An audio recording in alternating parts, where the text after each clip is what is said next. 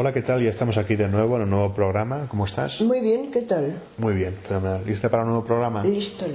Estupendo, fenomenal. Bien, pues hoy podríamos continuar hablando sobre Tutankamón, Sí. faraón que murió joven. Los 100 años de su descubrimiento. Sí, Howard Carter, que fue el que descubrió a Tutankamón el 4 de noviembre de 1922. Sí. Y bueno, la última vez estuvimos hablando sobre las tumbas que tuvieron un proceso evolutivo hasta que al final los faraones decidieron cambiar la estrategia. En vez de construir pirámides, que eran como símbolos para que los saqueadores de tumbas fueran rápidamente allí a saquear lo que tenían, sí, empezaron a construir en un sitio que se llama el Valle de los Reyes, en Egipto. Si tú ves el Nilo, pues el Nilo parte, digamos, dos zonas, ¿no? Digamos, el este y el oeste. En el este vive la gente y en el oeste es donde se entierran a los faraones. ¿Por qué? Porque el sol sale por el este, entonces da vida, entonces la gente vive en el este y se pone en el oeste, donde están los muertos. Entonces ahí es donde solamente se puede enterrar a los faraones, ¿no? Entonces, bueno, crean en el Valle de los Reyes cavidades, huecos, cuevas, donde directamente entierran a sus reyes. Entonces ya no hace falta hacer grandes pirámides, sino simplemente cavar dentro de la roca para hacer una estructura en el que puede caber todo lo que el faraón necesite en su próxima vida, incluido trampas trampas para saqueadores de tumbas. Entonces la historia de Howard Carter es bastante interesante porque él encontró una tumba que está totalmente sellada. La tumba de Tutankamón era. Sí, que no había sido saqueada. De hecho,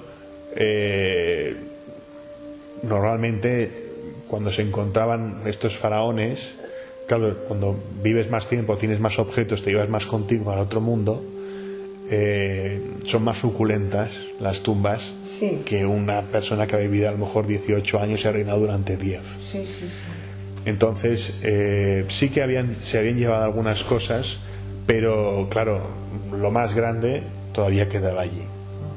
Entonces la historia de Howard Carter es bastante interesante porque él, bueno, era un explorador que le gustaba mucho la egiptología y bueno, pidió dinero, fondos para poder hacer investigación y ya se le estaba acabando el dinero. Sí. Entonces cuando ya estaba en las últimas, fue cuando descubrió la entrada de la tumba de Tutankamón.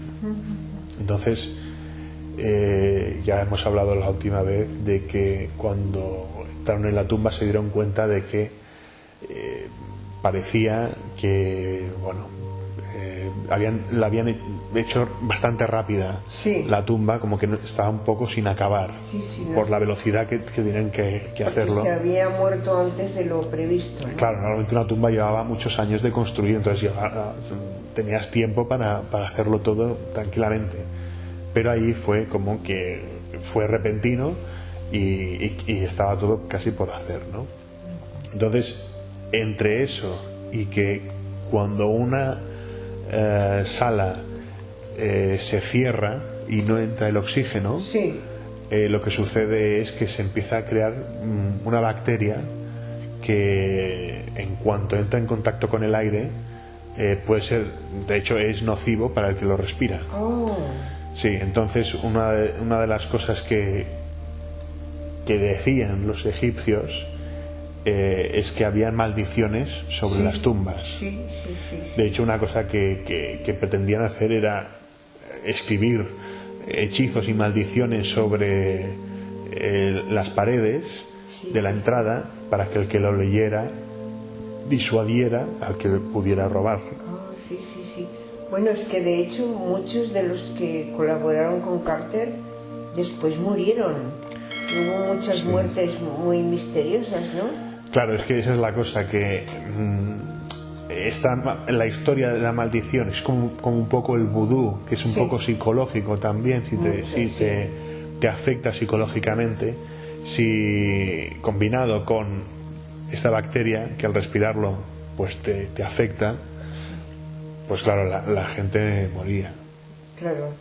Y por eso, claro, la maldición del faraón, claro, es toda la gente que murió después, ¿no? O sea, Sí, pero de hecho esto no hizo más que acentuar el descubrimiento, sí. Porque en los años 20 había como un resurgir de Egipto, ya se había empezado a traducir mucho de los jeroglíficos que se habían encontrado, Sí.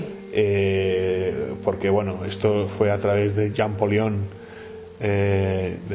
en Francia, que bueno, encontró la piedra Rosetta. Claro, la Rosetta que podrías explicar un poco qué va, porque es súper interesante. Sí, un día dedicaremos exclusivamente a la Rosetta, pero básicamente es Sí. una piedra que encontraron los soldados de Napoleón cuando estuvieron en Egipto, y es una piedra que está traducida en 3 idiomas, me parece que está en griego y en arameo y en jeroglífico antiguo. Entonces eso dio lugar a poder traducir muchos de los jeroglíficos que tenemos hoy en día a raíz de eso.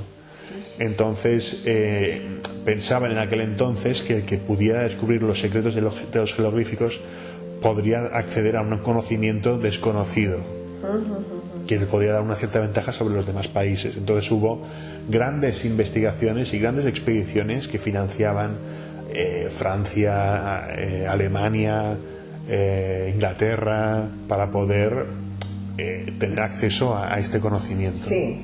Entonces una de estas expediciones fue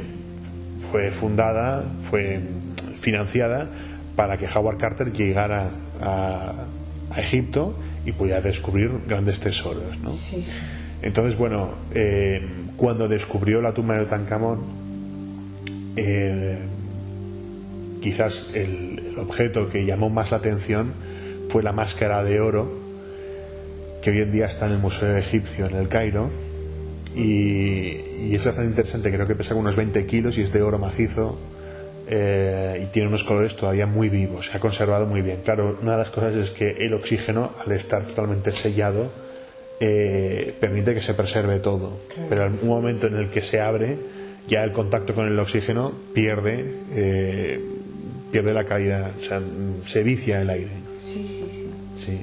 Y luego también es que la manera en que se hacía la arqueología de antes comparada con la de hoy en día era muy diferente. O sea, la gente entraba directamente pues sin máscaras, sin guantes, sin un equipo totalmente especializado. Claro, porque fíjate que Carter tardó 10 años en vaciar totalmente la tumba por el cuidadito con el que iban. O sea, iban con tanto cuidado que, claro, mientras que los saqueadores rompían todo, ¿no? Completamente diferente, ¿no? Sí. Claro, es que esa es la cosa, que si tú ves los objetos, porque una de las cosas que permitió también la fotografía de aquel entonces, que ya empezaba a tener sus primeros pasos, era fotografiar cómo era la tumba antes de poder entrar. Sí. Entonces puedes ver los objetos cómo están colocados todos, y es realmente como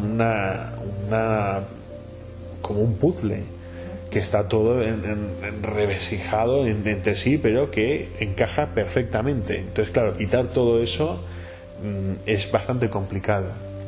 Ahora, lo que sí le permitió a Howard Carter es, descubriendo la tumba de Tutankamón, y con la maldición que le dio mucho marketing, le dio mucha visibilidad y imagen pública, relaciones públicas también, fue que con esa máscara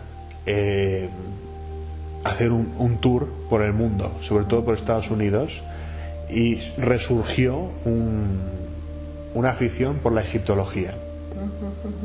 Es que fíjate, de los que murieron, bueno, por una picadura de mosquito, por un corte, la perrita también murió, en fin. Hubo el padre, la secretaria de Carter murió de un ataque al corazón. Sí. El padre murió suicidándose. Es decir, hubo una cantidad de tragedias impresionantes con este descubrimiento. Sí, la verdad es que fue tremendo porque me parece que fueron como unas 15 personas que fueron afectadas entre unas cosas y otras. Muy bien, pues vamos a dejarlo aquí si te parece y seguimos en más programas. Hasta la próxima. Chao. Si te ha gustado el programa, suscríbete y dale a like. Y no te olvides darle a la campanita para no perderte ningún episodio. Nos vemos en el próximo programa. Chao.